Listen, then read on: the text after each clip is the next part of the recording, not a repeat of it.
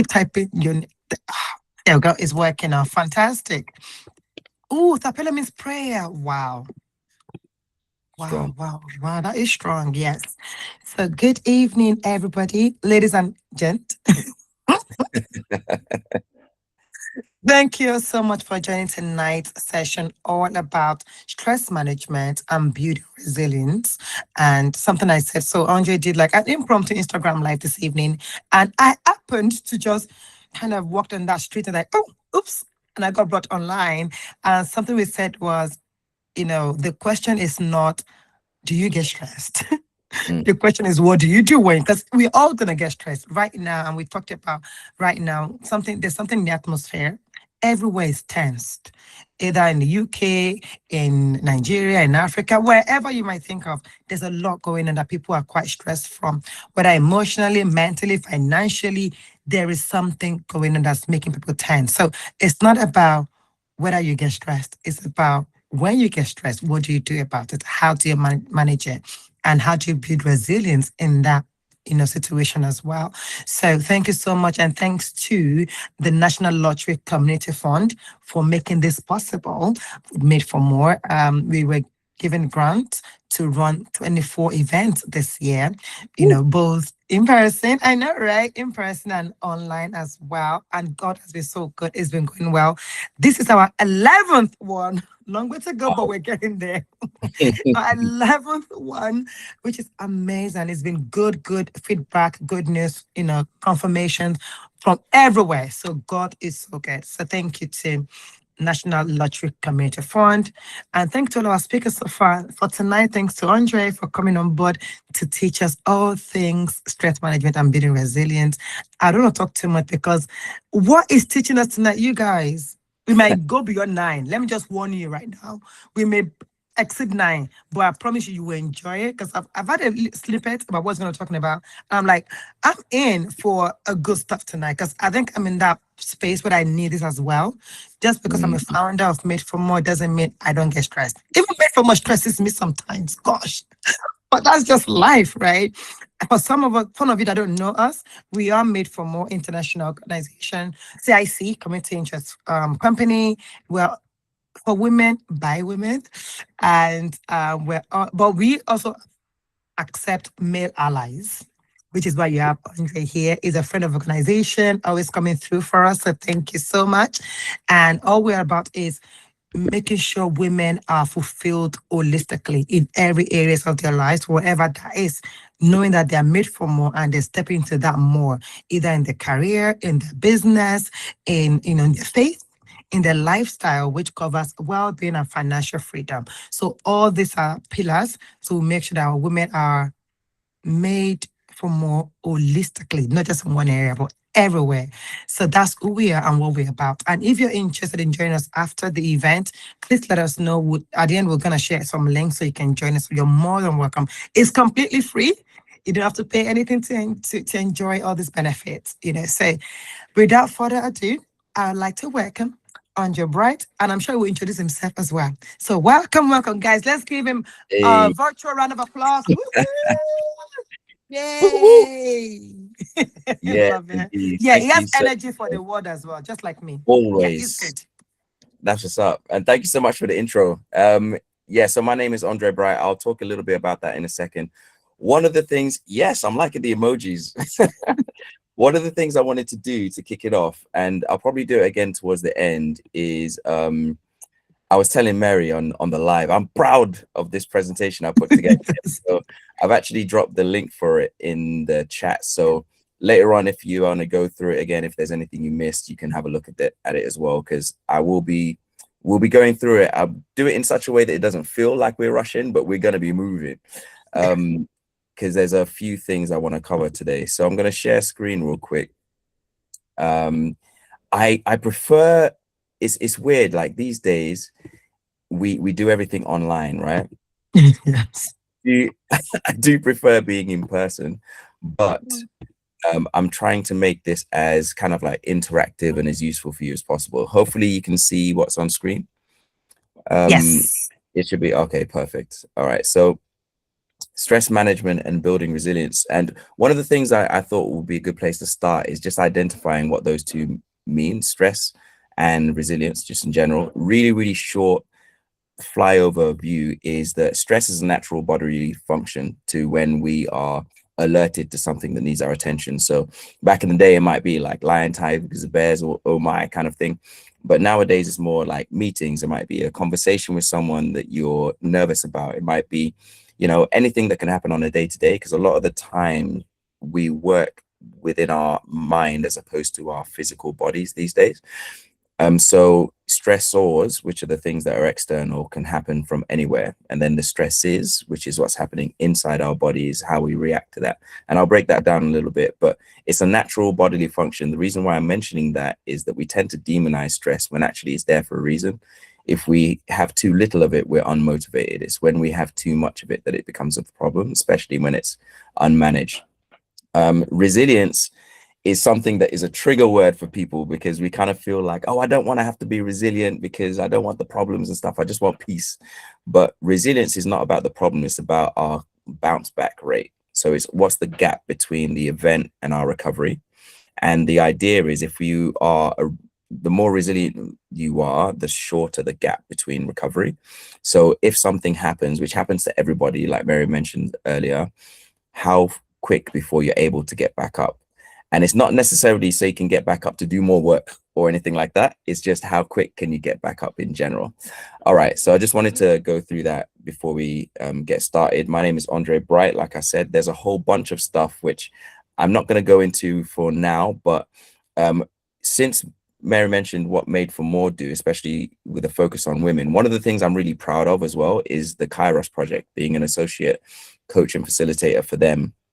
And when you get the slides, you can click on it to see a little bit more about what they do. But there's a project I'm working on right now, which is supporting female CEOs from across Africa. And it's just really fulfilling to be able to support people who are doing incredible work that I can't do myself because that's not my expertise. So the way I do that is by helping the people who do the thing. So any kind of opportunities to do that is where I come in, especially when it comes to like senior leaders, ICF accredited, all that kind of good stuff. You can have a look at that later. So just a bit of an overview of what we're going to do today is we have I'm going to do a quick welcome in a second, but what I call the emotional dashboard, which is what I was talking to Mary about on the live earlier on, which is looking at our triggers, our responses and things like that. But there is a specific part of it I'm going to hone in on, which is the need that we don't talk about enough. Then we're going to go on to the 5 whys, which is how to get to the thing below the thing behind the thing, because it's often not the thing, because if 5 people experience it, they're going to respond to it a different way. So it's obviously more about what's happening with the individual that is having that reaction. So we're going to look at that. Resilience toolkit is basically 3 tools, one thing for the body, one thing for the mind, one thing for your habits, and then it's going to be the ritual recalibration, which is how to build it into our general way of life. And then we're going to round up towards the end, sharing a little bit about what we've learned, because I find that peer learning is a really important element of growth. And you can chat GPT and Google loads of stuff, but in terms of how we actually experience things and what is useful, nothing I found is better than hearing about lived experiences of individuals. So we're going to have a little space for that at the end as well. All right, a couple of ground rules just to get things started. Be present. I know it's tough in these days. We're used to doing 1,001 different things, but because I'm going to be going at a certain kind of pace, it might require a little bit of attention just so you absorb what you can, because even though I'm going to share the slides and some of you might look through it, statistically speaking, most of the time once we leave a workshop, that's it. So the idea is that I'm giving you something that is tangible enough for you to do now, so you don't have to come back to it. But for that to be able to land, you need to pay attention, right? So also we're going to have a little bit of opportunity to kind of like chat with each other and stuff. So respect all the ideas. That you may not agree with all of them, you may not be able to relate to them all, but respect them regardless, and assume positive intent is a life lesson I found. We often fill the gap of knowledge by projecting, And it's our body's natural way of understanding what might be going on when we don't know, but we tend to fill it in with negative. So assume positive intent, you know. Use the chat as much as possible. It's a way for us to communicate, but also for us to be able to keep track of, you know, is this workshop being as valuable as we hope it is? Collaborate as much as we can. I don't think we're going to have any breakout rooms in this particular session, but we'll just open it up to the space because of the numbers. I'd say keep the cameras on because I love to see the faces and see the reactions and stuff like that, but only if possible and if you're comfortable with that. And you can unmute when you want to chat. All right, so let's get in it. So the first thing is just a bit of a mood check. In one word, what is your current mood? If you can put it in the chat, it'll be great. I'll give you some examples here. You might be excited and motivated. You might be curious. You might be tired after a long day. You might feel ready to learn or to engage. But I use the word mood deliberately. I was looking up about the difference between emotions, feelings, sensations, and moods. And sensations are like the data our body receives when there is a triggering event, right? It's our body getting hot or cold. It's our goosebumps, it's heart rate racing. The emotion is all those things put together. Our feelings are how we translate that into words, right? So it becomes conscious. And then our mood is if that feeling is prolonged. And the risk that can happen is we can often feel in a mood for months in a way, right? Because of all this data that has been accumulated over time that we haven't been able to process. And stress can cause a lot of our maladaptive responses. So adaptive responses are things that are healthy for us, like, you know, something happens and I deal with it in a great way. Maladaptive is when it doesn't actually serve us well. And if we can cut it off at the root, which is how we think about the event, then we can create a different kind of mood. So we're going to be talking a little bit about that later. So let me have a look in the chats to see what we have, what kind of moods. We got tired, we've got attentive, we've got tired and curious. All of the above, we've got Adio as well. We've got a few reflective, 100%. I love that. Thank you for sharing that. And hopefully some of the moods will adapt as the workshop continues, because one of the things I find is once you understand that this mood is as a result of all these knock-on effects, if you can change the thought at the beginning, it has a knock-on effect as well. It's like dominoes. So now let's get into the meat of it. I would like you to think of a time when you navigated a real pressure and came out the other side.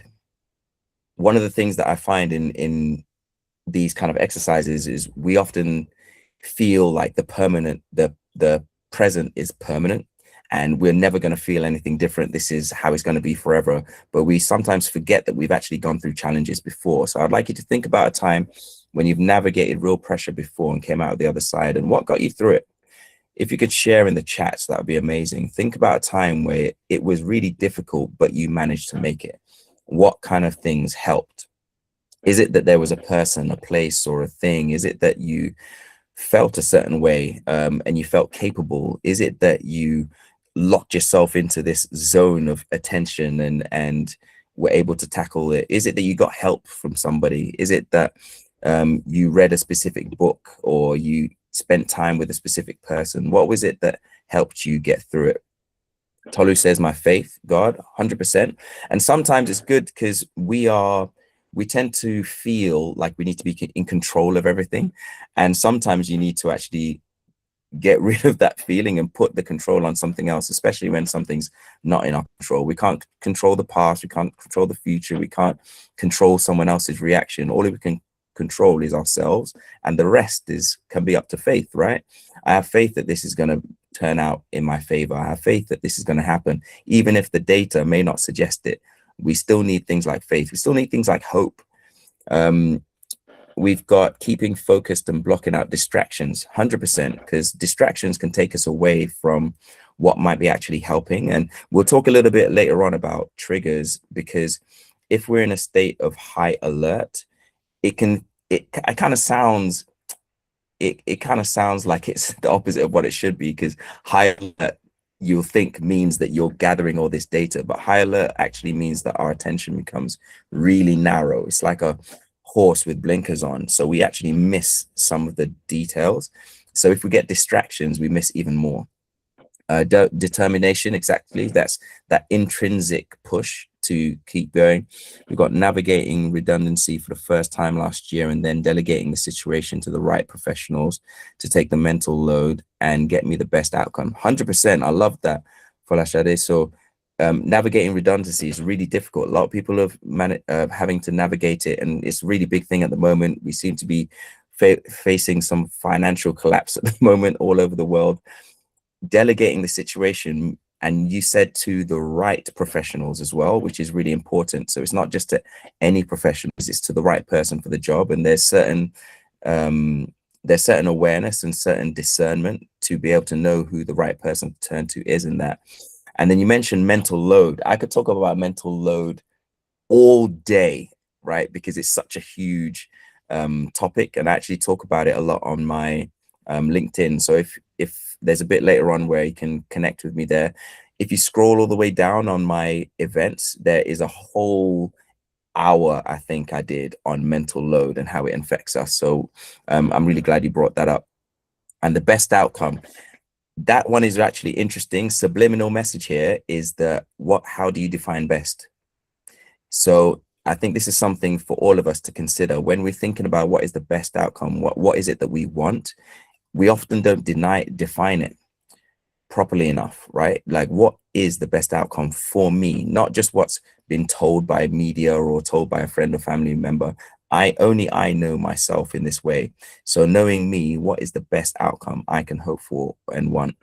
And then time with loved ones. I think we underestimate how important it is to, first of all, have a community around us and support, but also to pay attention to how we feel around them. There's a lot of things like co-regulation that can happen. Someone hug you for like a minute can solve, it doesn't solve the problem, but it resets your nervous system. It reminds you you're not alone. It does all these things. I call it the daily dose. So dopamine, oxytocin, serotonin, and endorphins all get released when you're in the right space with the right people and you feel the right things. You're moving, you're connecting with people. All these things can happen. Nature, exactly. And me time, 100%. I don't think enough of us spend enough time with me time, because a lot of good stuff is there.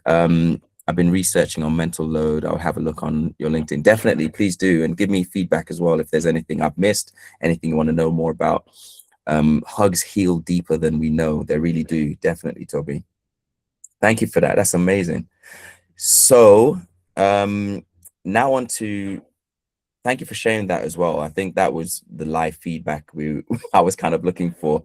And I'm really glad that we're able, even that alone, just sharing our experiences, sharing our thoughts can be valuable, right? I could sit here and talk to you about loads of stuff, but hearing it from you is even more valuable. So this is where it gets techie. And this one, I'm going to break it down for you, because this is, I won't go through every single line of this, but I'm just going to give you the concept. And there's 3 columns. And this is a sentence we can actually say to yourself. When I feel emotion, I tend to stress response, but I need resolution, right? There could be 2 more columns. One at the beginning, which is when this happens. So there'll be some kind of event, some kind of trigger that happens. It might be a boss, it might be a person, it might be a deadline, it might be a certain combination of things that are happening professionally and personally. There might be something that happens, a trigger. And it's important to note that sometimes it's not just the individual trigger, it might be a combination of them. And even when we get down to emotions, there might be a combination of emotions as well. I think part of the struggle when people say, "How are you?" is that we're kind of trained to think that we need to say one word to surmise how we feel, when actually most of the time it's a multiple feelings, and multiple things that seem opposite can exist in the same space. You can feel joy and loss at the same time. You know, okay, you talked about redundancy earlier, that I might feel grief about the job, but gratitude that I had it, at the same time, and that both can have space within ourselves. So When I feel emotion, and it's good to be specific about what that emotion is. I could just say stress because this is a stress workshop, but I wanted to get a little bit more specific. It might be resentment, which is kind of like I define it as unmet expectations that haven't been communicated most of the time. So is it that I didn't get that raise, but I didn't ask for it? Is it that this person didn't show up for me in a way I wanted them to, but I didn't actually show or tell them what that might be? And it builds up over time. And unfortunately, sometimes it can grow into other things like hate and things like down the line. But resentment, I'm using this as an example. What do you do when you feel resentful? Do you lash out? Do you isolate? Do you shut down? Do you detach from the person? What kind of things are your stress response? But one of the things I was saying with Mary earlier on in the live is that often the response, what you actually need, can be a gap that needs to be filled. Now, the one at the bottom, the numbness, is a good example of this, right? So if you feel numb, you might detach yourself from yourself as well as other people. But what you actually need in that moment is connection, which is the exact opposite of what you're doing. So your stress response might be denying you the very thing that you need in that moment. Now, it might not be a direct correlation. It might be something completely different, but often that's what happens. So if you think about the last time you had an argument, or if the last time you were really scared of going to have a conversation with your boss, or there was a conflict that happens, a lot of the time what we tend to do is the opposite of what we actually need in that moment. Like, or I'm scared to have this conversation, so I avoid it, when actually I need to have it so I can feel connected to the person. Right? All these kind of things can happen. The reason why I'm doing this is that I've done this in a very logical way, but once you understand the process, you can use it just in general and think it through. The last column that could actually be on here is, what do I do next? Right? So once you recognize what that need is, what is the action you're going to do? Right? So you tend to do this, but now you're aware that what you tend to do is not necessarily what you want to do. You recognize there's a need within it. And then what do you do to fill the need, which might seem counterintuitive, right? So you might feel resentment to someone, and what you want to do is push them away or shout at them or something like that, or tell them off or tell them exactly what they did wrong, etc., etc. But if you actually want to feel closer to the person, or if you want to build trust with the person, then you need to have that conversation. You need to sit down with them. You need to call them. You need to speak to them. You need to offer an olive branch and say, you know what, I realize we've grown apart, but actually you were a really important part of my life and I don't want to lose that. So how can we build this, as opposed to our gut reaction, which is just to delete their number or block them. Right? So, but then in the professional sense, it might be something different as well. If you're feeling overwhelmed, what do you do? Some people might push through, but some people might shut down completely or withdraw and just go into a box. And you might feel that there might be, and we'll get onto this in a minute, what might be behind the reason why we have this stress response. But once we understand what that is, we can actually do something that is adaptive, as opposed to maladaptive to it. So just a little show of hands, like, does this make sense in terms of, you don't necessarily need to agree with what the process is, but does it make sense to you? Okay, great. A few thumbs up are going on. Perfect. And what you can do as well is you can do your own version of this. Think through the last time you were stressed. What would be hey, Lisa's joined us. How you doing? Welcome. What is an example of with these hands going up? Do you have any questions? No, I think you think a show of hands, so people were raising their hands rather than thumbing up. Yeah. Thank you. Perfect. So in your case, you might think through certain situations, and we're pattern recognition animals. On we go through routines, we go through habits. So sometimes it can be really useful to look through and be like, oh, whenever this tends to happen, I tend to react this way. I wonder what's behind that and what my need might be.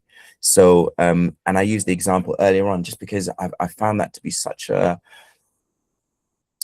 game changer for me, is when my physical, my body wants to react in a certain way, having a pause between noticing that and my reaction, you'll be surprised how different my reaction ends up being, because I give myself space to be like, oh, what is my body telling me right now? What do I actually need though? And are those the same things, or am I interpreting them differently? You know, sometimes I need courage to do the thing that I've been avoiding for the last 3 months, you know, but I realize that the long-term solution is not going to change. I actually need to do this thing. And so hiding from it is actually going to make it worse, because maybe it's going to become time sensitive in a month or two in a way that it won't become reversible. Whereas now, as long as I have the conversation now, I will have time to recover. Remember, I told you about the recovery being resilience. In what ways do I recover? Like, some of you might notice that you take some time off and some holiday, but you come back being just as stressed or just as fatigued, right? Because there wasn't necessarily recovery. Like, I do another one on LinkedIn. There was the difference between sleep, rest, and recovery being three completely different things. You know, yes, I slept, but if your mind isn't clear, you can still wake up exhausted, because you need mental rest as well as physical. Yes, I rested, which meant slowing myself down, giving myself space and all that kind of stuff. But the question is, what did I fill that space with? Is it, you know, they say time heals, but really, in the same way as how knowledge isn't power unless it's applied, time isn't healing unless it's processed. You know, if you use that time in a way that is going to heal you. So, and you might notice that, you know, there's healing is a huge conversation at the moment, but if a year goes by and then you see that person again, it's only then that you find out if you've healed. Right? You know, it's only then that you find out if any of that stuff has been working. It's only when you're in that situation again that you're like, oh, okay, I still have work to do here, you know. And sometimes it takes a process, sometimes it takes exposure therapy. You know, do I need to be around a little bit of this to be able to understand what's happening internally? Because I've read the books, I've done the therapy, but I'm back in the same place I was a minute ago, and this is after a year of sabbatical. Like, you know, it doesn't make sense.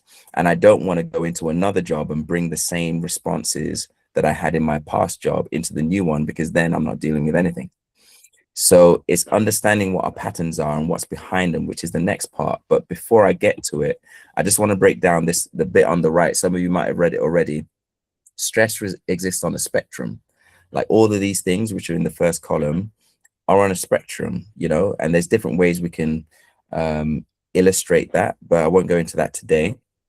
But at low levels, it could sharpen us, right? There's this term called eustress, eustress. That's the good stress. It's the stuff that keeps us motivated. It keeps us focused. When you're in flow state, that's eustress, right? But then distress is when it becomes too much for us. It becomes damaging when it's chronic and unmanaged. Those are two very specific things to notice. Resilience isn't necessarily the absence of stress, but it's the speed we recover. And I just wanted to throw this in there because there was a research that said social connection is one of the strongest predictors of resilience. Do you have people around you can rely on? Do you have a safety net? You know, do you have connection with the people around you? Do you trust them? Do you have tips? All these kind of things are part of our bounce back and recovery. All right, so 3 tools that I'm going to give you, and I'm going to see if we can have enough time to try some of these. The first part is, like I said, you have the this is going to be, actually no, before we get to the 3 2, sorry, the 5 whys is finding out what's beneath the response. So I'm going to give you an example. The thing stressing me most right now. Someone said that earlier on when we first came here. We should put in the chats what's our biggest stressor. So let's give it a try. Put it in the chats. What is your biggest stressor right now? What's the thing that's really keeping you up at night? What's the thing that's robbing you of your sleep, your peace? Someone said, I asked someone, how do you define stress? And they said lack of peace. And I really love that as a definition. What is the thing that's stressing you most right now? Let's see what we have here. while you're writing things, as in your biggest stressors. I'm giving this process of 5 whys, right? The idea, if anyone hasn't heard about the 5 whys, is that you have what we call the surface issue, and then you understand what is below that, and then below that, and below that. You ask yourself, but why is this the case? And then that will give you an answer. And then you say, but why is this the case? And then it will give you an answer. And I'm going to give you an example. Here's one here's one I made earlier. So the thing that's stressing me most right now, as an example, might be, where am I? I'm stressed about work. Why am I stressed about work? There's too many tasks. Why is that stressing me out? I have poor boundaries. I keep saying yes to things. Why do I keep saying yes? I have a fear of saying no. Why do I have a fear of saying no? I have the fear of being seen as less capable. Why do I have a fear of being seen as less capable? I've tied my worth to my output. Once you get down to the deepest part of this, you can understand where this is coming from, because when you deal with that, then you'll find that you're able to say no, and it has a knock-on effect like dominoes. So if I was to look through some of these, and this is something you can do in your minds at the moment, you've got getting a new job is a big stressor, 100%. Fear of the unknown and lack of financial security, absolutely agreed. The job market, I'm seeing some patterns here. What if you can't identify it specifically? I'll come back to that in a second, Toby. And then we have work eating into my personal time due to management consistently adding extra work. You know what's interesting? I remember my first real job. I had he wasn't even my line manager, which is interesting. I was at work at like 9-10 o'clock at night, and he'd come back to get his umbrella or something like that, and he saw me in there, and he was like, "Why are you still here?" And I said, "Oh, I just got all this work to do." And he said, either 3 things are happening. 1, you are lazy, which I don't think you are. 2 is you haven't been trained well enough to be able to do this within the allocated time that we're paying you for, as in 9 to 5. Or 3, we've given you too much for anybody to do within this time. And sometimes we have like skill creep, or time creep, where something just gets added and added and added and added. And it's really important to keep an eye on that, actually. And I would encourage you to document those experiences, because when it comes to your pay review or your promotion and all that kind of stuff, it's really important to remind them of what you've actually done, if it's not something that you can't delegate, like was pointed out earlier. Work for years, same level, no promotion, and no new job coming. And then the question then is like, okay, cool. So in this situation, what would the best outcome be? What do I actually want? Is it that would the promotion or new would these things solve? Is there something else I can do within that space? Is there another way I can do what I'm doing already? Like, so for example, there's a lot of people who are within jobs, and if there's nothing in your contract to say, conflict of interest, you might be able to use your current skills to build your own business, for example, to create opportunities for yourself. Because a lot of opportunities right now these days are not necessarily from your jobs, it's from the people you know. So it might be worth looking at what else there might be. So go back to what Toby was saying. What if you can't really identify it specifically? I would say, and I'm assuming that is the biggest stressor. It might not be one thing. Like I said before, there could be multiple things happening personally and professionally. There might be a list of things. It might be a whole, squad, but what I find is that identifying what they might be and then looking at them individually is really useful. What we find in a state of high alert or stress is that we get overwhelmed because we feel like it's an amorphous feeling. We just feel stressed. We feel overwhelmed. But there's a process that happens when you have to say it out loud. Or I know, Sanusia, you journal, for example, right? So the idea of getting it down into paper processes that amorphous feeling into text. And once you have it written in front of you, then you can see what the things actually are. And what I would encourage you to do is just do it in prose. Just allow your hand to write. And then just say put a little timer on, say, I'm going to write for 5 minutes about what's stressing me out, and just go for it, just until your hand goes numb, like, from writing or typing or whatever it might be. And then have a break, have a snack, whatever it might be, eat, whatever it might be, come back and do it again for another 5 minutes, have another break, and then come back the second time and read through it. And in there, you'll see patterns, you'll see things that keep coming up. That might be a way to help identify what's actually stressing you out.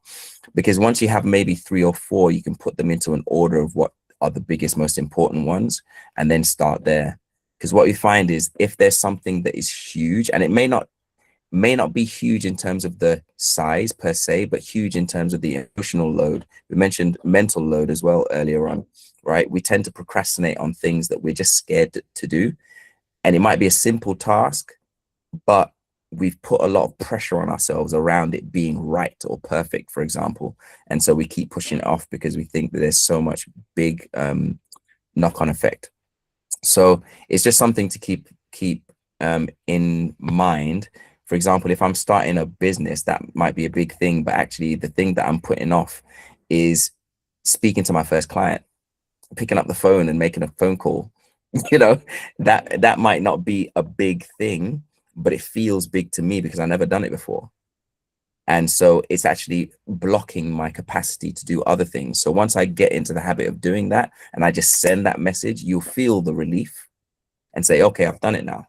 Okay, now let's move on to the next thing. And you find the domino effect happening there. All right. So the 5 whys is really important as a process, just because it can get down to the root cause. It's great to understand what the stressors are, but understanding why they are stressors to you is even more valuable. Just because of time, we're going to move on to the tools because I really want to give you these. The first one is the physiological sign. Before I actually say that, the physical tools are really important. We are physical beings. And I think we sometimes forget that there is a lot of science behind the mind-gut connection and all these kind of things. There are what we eat, what we physically do, what we listen to, what we see, what we feed ourselves mentally, emotionally, spiritually. All these things are all connected. And so sometimes what we need is an interrupt, right? And sometimes it's not just a mental interrupt, it's a physical interrupt. If I'm feeling stressed, get up out your seat, walk around the block. And one of the things I'm going to do right now, which is actually my favorite, is what we call the physiological sigh. And we're gonna try it together, okay? Just so we have it. Now, there's loads of breathing techniques, but do not underestimate a breathing technique, please. As woo-woo as I used to think this sounds, breathing techniques are really good because it gives you actual space and capacity. And it's only when you actually do it that you realize in the moment that you realize how powerful it can be. This is me talking to my younger self who didn't really understand it at the time. But once you do it, I promise you, it makes a difference. So there's many different ways you can do this, but the physiological side is what I would like to teach just because I found it to be the most effective for me. Box breathing is great, but physiological side for me is even better. What you're going to do is take 2 breaths in with your nose and 1 long breath out with your mouth. Okay. 2 breaths in with your nose and then 1 long breath out with your mouth. And what we'll do is we'll do this, we'll do 3 cycles. And what I'd like you to do is think about right now, what is your state? Are you stressed? Have you been triggered by some of the stuff we've mentioned before? Are you still in a motivated state in a positive way? Are you motivated in a fearful way? Are there feelings, sensations, emotions that are conjured up as a part of the process so far? Take a note of that. And then take a note of how you feel after we've done this exercise, okay? So here we go. 2 breaths in with the nose, 1 long breath out with your mouth in 3, 2, 1.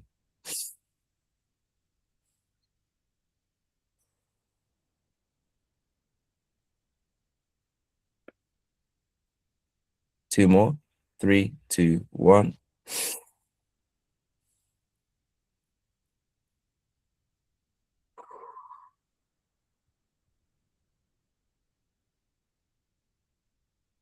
Last one. 3, 2, 1.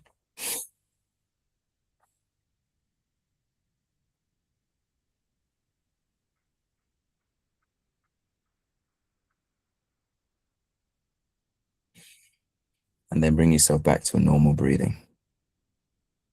In the chats, how do you feel? What maybe has been that we got some claps from Tapelo. Amazing. What's been your what's the change in your physiology? How do you feel as a result?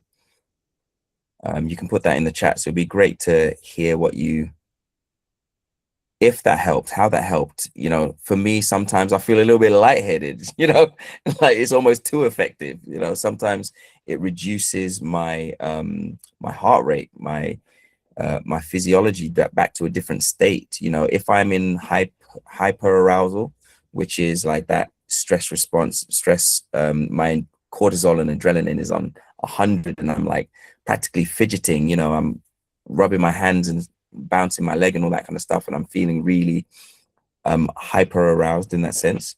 It can really bring me back down because, you know, you have your sympathetic nervous system is on high alert, right?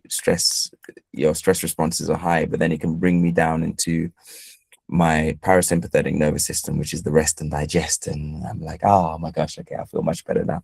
Even in the moment, you know, if I've done that in meetings, you know, someone says something which is really challenging and I don't have the answer to it right now. And I take a couple of deep breaths just like that. And I find myself back into a state of calm. One of the things that's a side thing here is try and use it before bed as well. For those of you who are overthinkers and you find yourself running through, you know, cycles in your mind, try it. It gives you something for you to focus on outside of the situations, and just focusing in on the breath can really help. So we've got tingling at the bottom of the feet, 100%. It's our whole body that's engaged in it, right? It actually helped my migraine, and it reduced the pressure on the side of my head. Really glad to hear that, Toby. Fantastic. And Tabella says you felt relaxation, 100%. And this is something that's open to you all the time, right?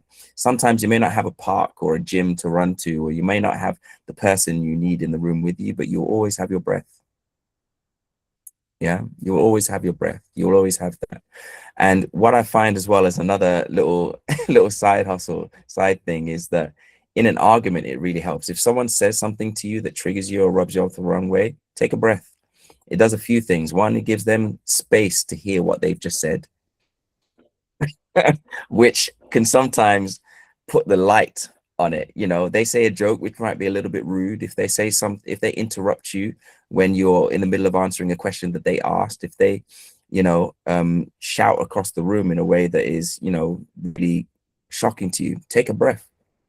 Let them, because they're usually expecting response, let the silence hang before you respond.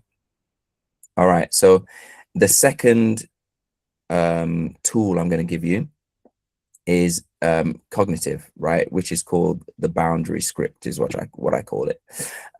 You've heard about boundaries a lot, I'm sure. They're really, really important for our physiology, for our safety. But one thing I would like to note is the boundaries for us, not for the other person. So what are your boundaries? What will you accept? What will you do when someone crosses those lines is a really important thing to be aware of. Your standards and your expectations are what you put on other people. You can tell people what it is, right? But only you can assert your boundaries for yourself. Is it that I'm going to leave the room if I'm spoken to in a certain way? Is it that I'll end the conversation in this way if that happens? You know, is it that I will? There's a book called Boundaries, actually, which I read during the pandemic because I was a chronic people pleaser. And I had to learn to put my needs, not even first, just into the pot, because my therapist was like, asked me to write a list of my priorities, and then at the end of it is like, what do you notice about your list? And I was like, I'm not sure. What do you notice? It's like, yeah, you're not on there. So I found for me, I wasn't able to keep my boundaries because I wasn't part of my priorities. Once you are part of your priorities and you put yourself at the top, because you need, as the airline pilots tell you, you need to take the oxygen to be able to give help to anybody else, right?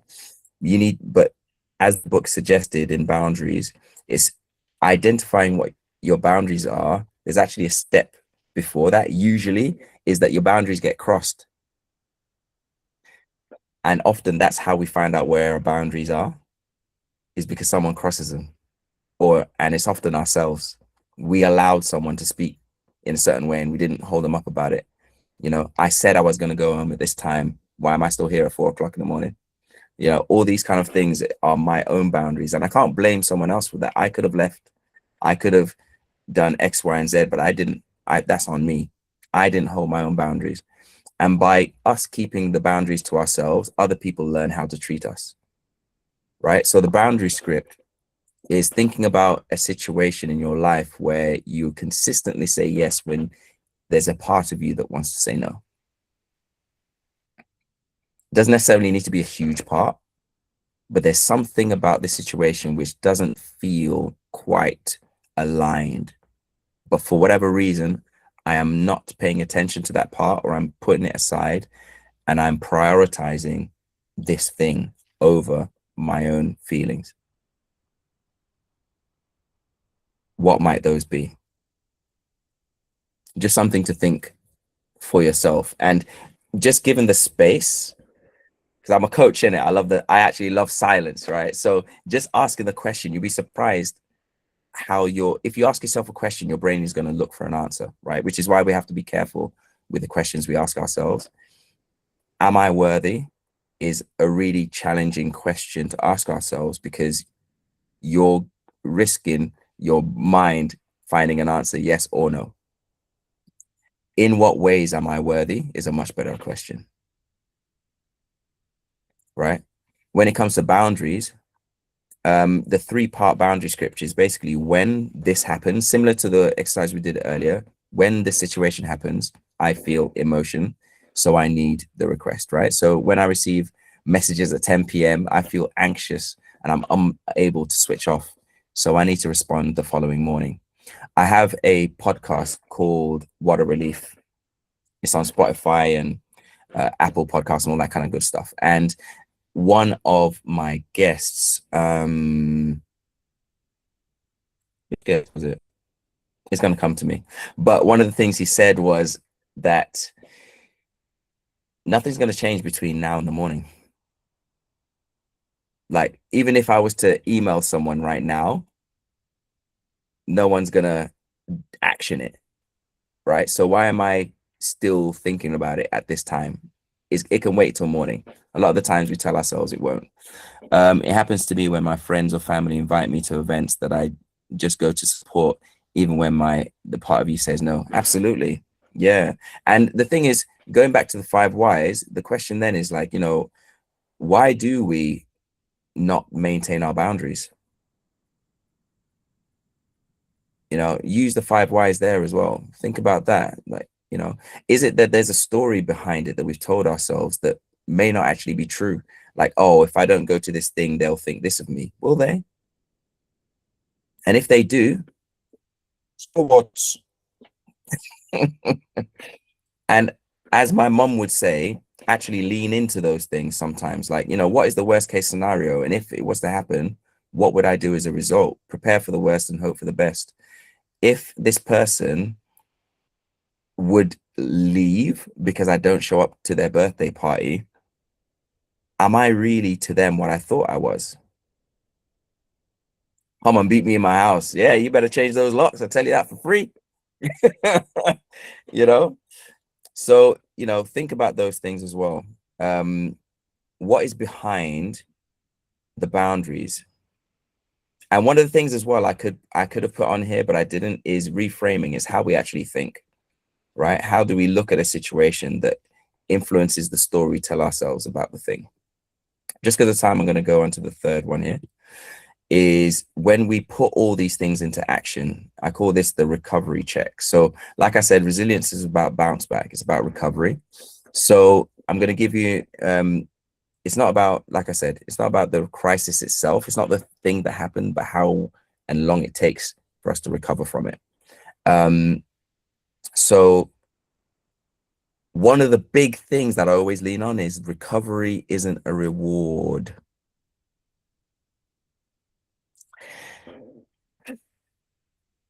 This is me speaking to my old self as well, yeah? Because I used to think, okay, yeah, I'll take a break when yeah, sure, I'll book that holiday when or yeah, I'll set this boundary after I,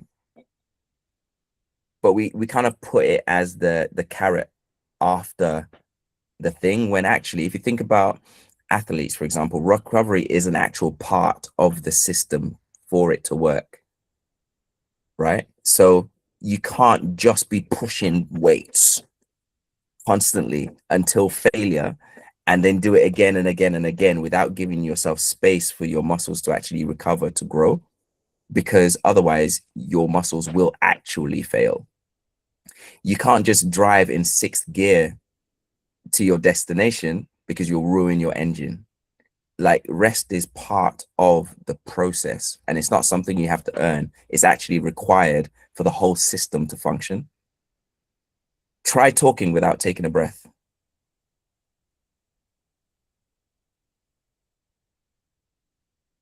Right? It's necessary. It's necessary. So one of the things I'd say in terms of recovery, though, is, like I said earlier, time itself doesn't heal. It's what you do with it. So I would encourage you to think about three buckets: physical, mental, and social. And I could have said emotional as well, but for this, I would say physical, mental, and social, just because social is something that sometimes people miss. Physical, is it sleep or movement or food that I might need, right? So we talk about like active and passive rest, for example, right? Active rest is going to sleep, having a nap, all that kind of stuff. Sorry, passive rest is going to sleep, having a nap, and all that kind of stuff. Active rest might be going on a run because it lets your mind be at rest, right? Mental rest might be decompressing, journaling, all that kind of stuff, focus breaks. There's also creative rest. Maybe you want to paint, maybe you want to, dance, put some music on, let it out. Social rest, do you need connection? Do you need to be around the people that you love? Is there a place where you feel heard, so you can refill that cup? It's about the recovery part is about refilling. What would refill me? Because if I take the rest without refilling, then I'm just entering at depletion, and that's not useful at all. So think to yourself, physical, mental, social. It could be emotional, it could be financial, it could be spiritual. Like, do I need time alone in nature? Do I need time with God? Do I need, what is it that I need to feel filled, to feel fulfilled, in this space? Is that I need more alignment with my purpose? Is there a way to get more feeling of, meaning in what I'm doing? It's just something to think about. Maybe in the chats, what rest do we need?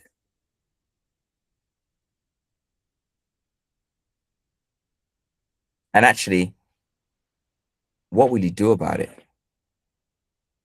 Like, maybe what's one thing you're going to do this week that's going to fill your cup?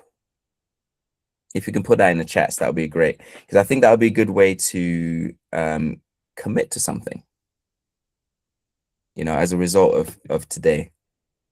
What is something you're going to do this week, over the next 7 days, that will fill your cup?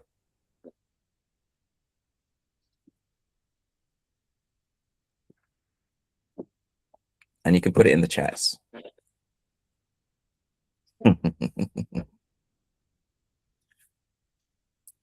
Just because of time, I'm gonna round up here. 1 second.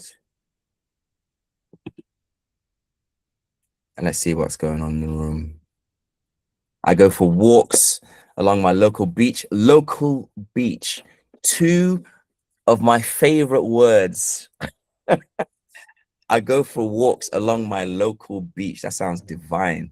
4 times a week. Come on. I love to hear the waves and see the view. I'm a water baby as well. So being around open, just large bodies of water just soothe my soul. Focusing on my health more, 100%. We have to do that. Sometimes it can be little things. Tapela says, took a week leave from work just to recollect myself and learn new things. Learning new things is something that's very underrated. There's something about feeling growth that can be fulfilling as well. Is it a new skill? Is it a new hobby?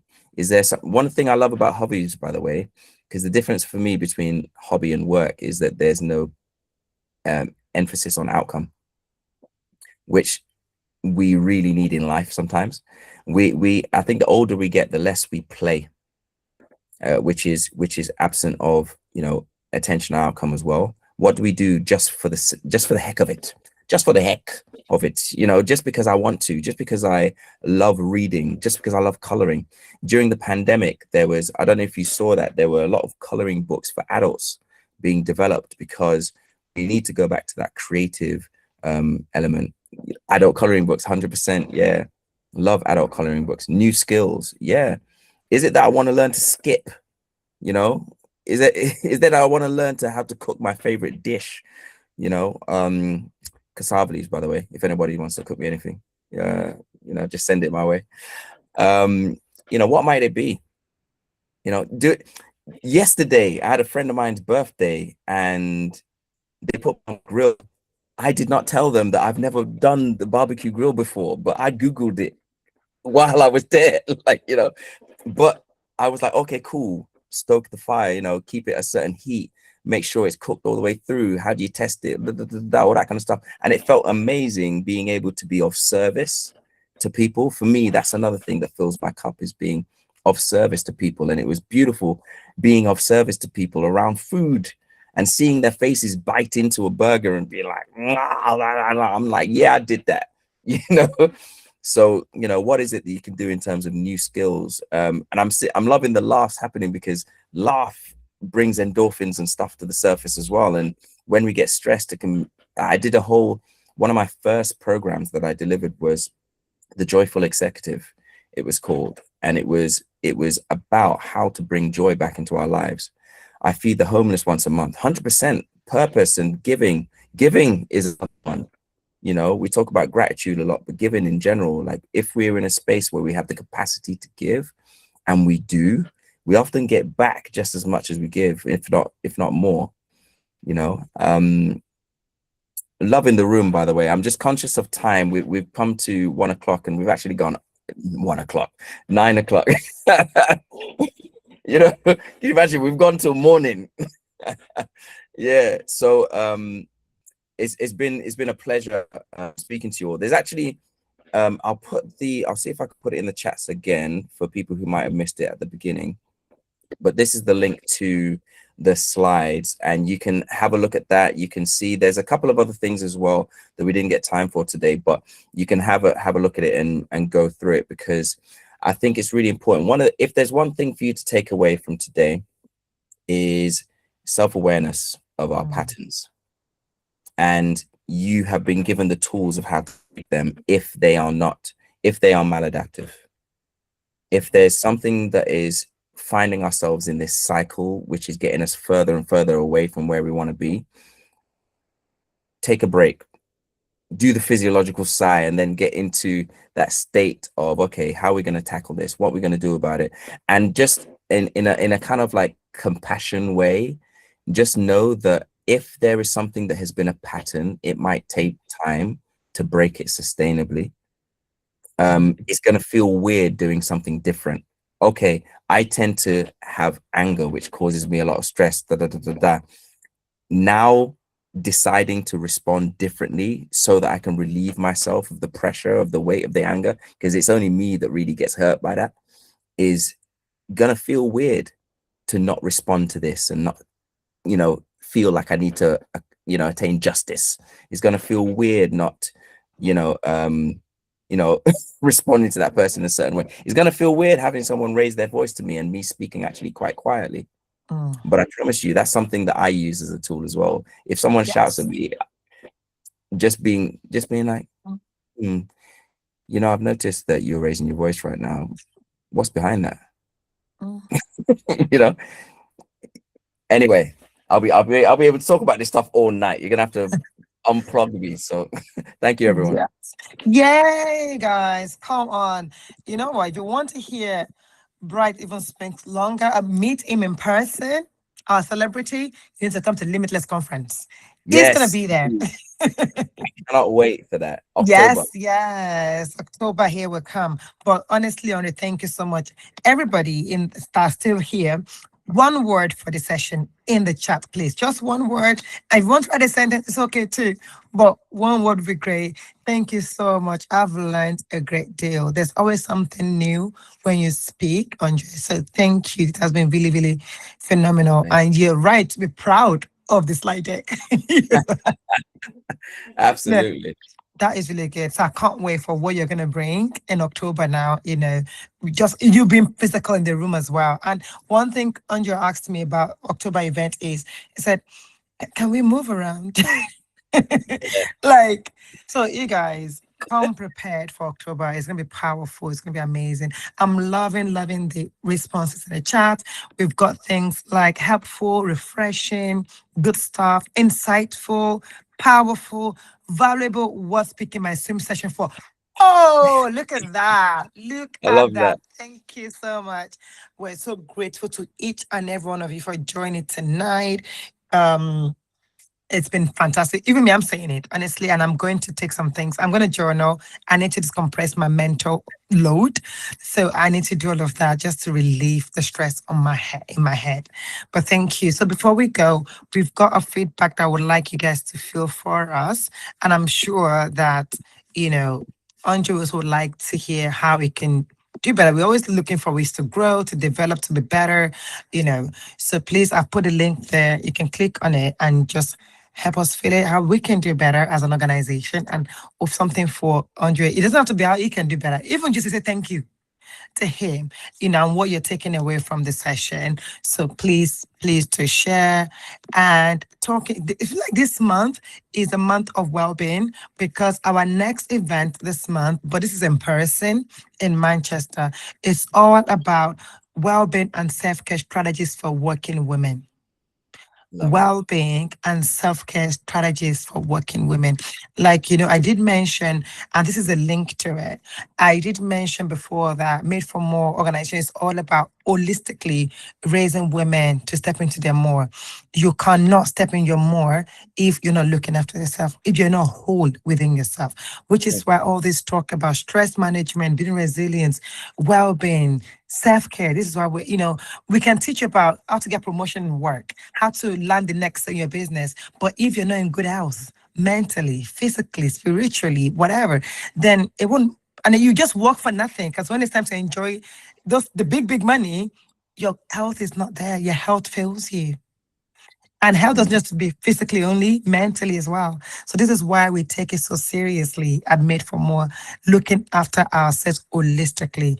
We help you to make more money in your career, in your business, in leadership, but we also help you to look after yourselves as well. So please register. We would love to see you. If you're based in Manchester, please join us on the 27th of June, I think. But it's on the Eventbrite, in case I've missed it. Please don't forget the feedback as well. We really would find that useful. But apart from that, thanks for spending your Monday night with us. I Yes, hope you indeed. found it useful.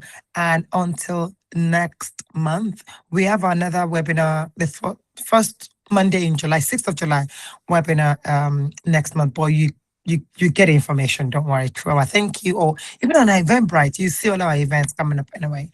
But thank you once again. We appreciate you, Andre. Thank you. Thank you, everybody else. Have a wonderful night rest. And hopefully we'll connect soon. Take care. Absolutely. Thank you, Bye, everyone. everybody. Thank you.